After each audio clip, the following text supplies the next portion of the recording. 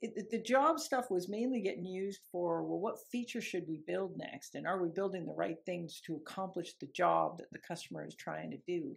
And in particular, like, I don't know how much you know about job stuff, but in particular, I was thinking about the milkshake story. You know the milkshake story?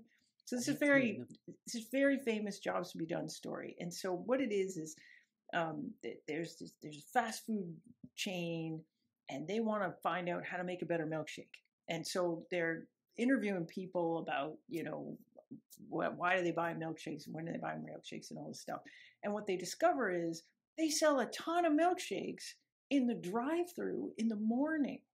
And they're like, what is going on here? So then they interview all these people in the drive-through, and they find out people have got a long commute and they're hungry, but they don't want to eat like a breakfast sandwich or something because they're in the car and it's going to fall all over them and stuff. So they want something that fits in the cup holder, but at the same time they're hungry, right? So they don't want just a drink. They want like a meal in the cup holder.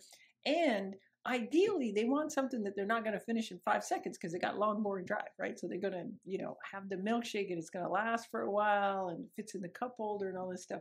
So the ending to that story was, okay, well, how do we make a better milkshake for these people when we're trying to accomplish the job of, got to fit in the cup holder, whatever. And I was like, and I had this epiphany where I was like, oh shit, this is a positioning problem. Like, it's not a milkshake, it's a smoothie. Like, what you learned there is that they were thinking about the wrong competitive alternatives. Because if I went in and asked those people, what are the competitive alternatives to the milkshake? They would have said Egg McMuffin or a muffin or a bagel, and they wouldn't have been saying Coke, which is what you expected them to say. And so I had this epiphany, like, actually, we need to start with competitive alternatives. If we start with competitive alternatives, then we can say, all right, this is what we got to beat in order to get a deal done here. And baked into that is the job that the customer is trying to do. But even if I'm not sure of that, I can figure it out if I can figure out what the real competitive alternatives are. So I got to start with competitive alternatives. Once I've got that, that's my stick in the ground. That's reality. I got to beat this. And then you say, well, what have I got that the alternatives don't have? That's my differentiated capabilities. And then I can go down that list of capabilities and say, well, what is the value of that to these customers? And that'll get me differentiated value.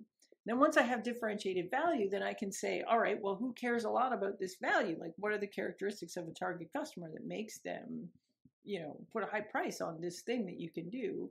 And then the last thing is, well, I got this value of these people.